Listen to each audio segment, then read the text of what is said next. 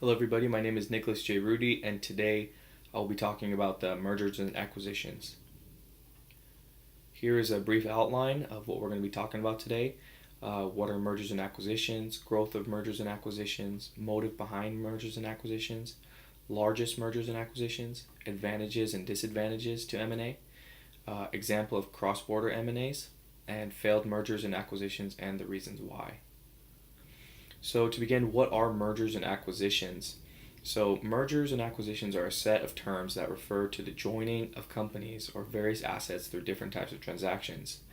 An example of transactions are mergers, acquisitions, consolidations, tender offers, and the purchase of assets.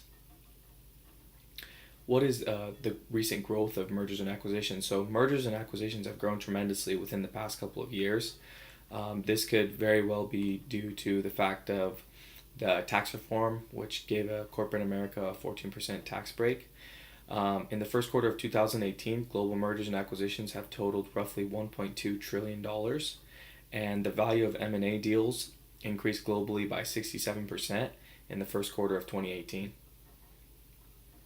What are the motive behind some mergers and acquisitions? So the two real main motives are to add or to not add shareholder value. With regard to adding shareholder value, the motives are scaling, increasing revenue, cross-selling, and vertical integration. And with regard to not increasing shareholder value, the motives are diversification and expanding their company. So what were some of the largest mergers and acquisitions? The top 5 largest worldwide mergers and acquisitions from the years 2010 to 2019 were Verizon Communication purchasing Verizon Wireless for $130 billion, Dow Chemical purchasing DuPont $130 million, Anheuser-Busch InBev purchasing SABMiller for $107 billion, Heinz purchasing Kraft for $100 billion, and AT&T purchasing Time Warner for $85.4 billion. What are some advantages and disadvantages to M&A? The advantages are you could potentially obtain quality staff, you could increase some funds, you can have a wider customer base to target, and reduction of competition if you just acquire your competitor. Some disadvantages could be the clash of cultures, diseconomies of scale, and increase in consumer price. What are some examples of cross-border M&As? So cross-border mergers and acquisitions are deals between foreign companies and domestic firms in various countries. So there has been an upward trend in cross-border mergers and acquisitions because of an increase in the health of the global economy.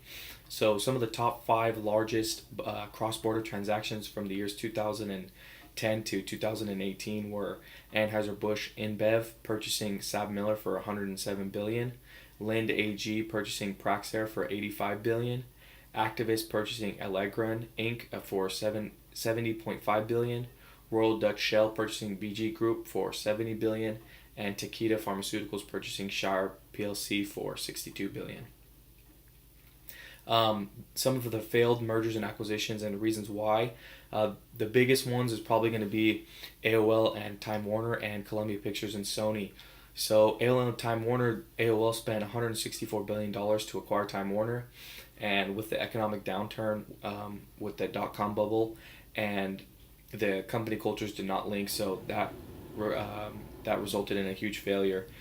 And another one was Sony and Columbia Pictures. So Sony paid about $4.8 billion to acquire Columbia, and since the company cultures did not link up well, it became a failure.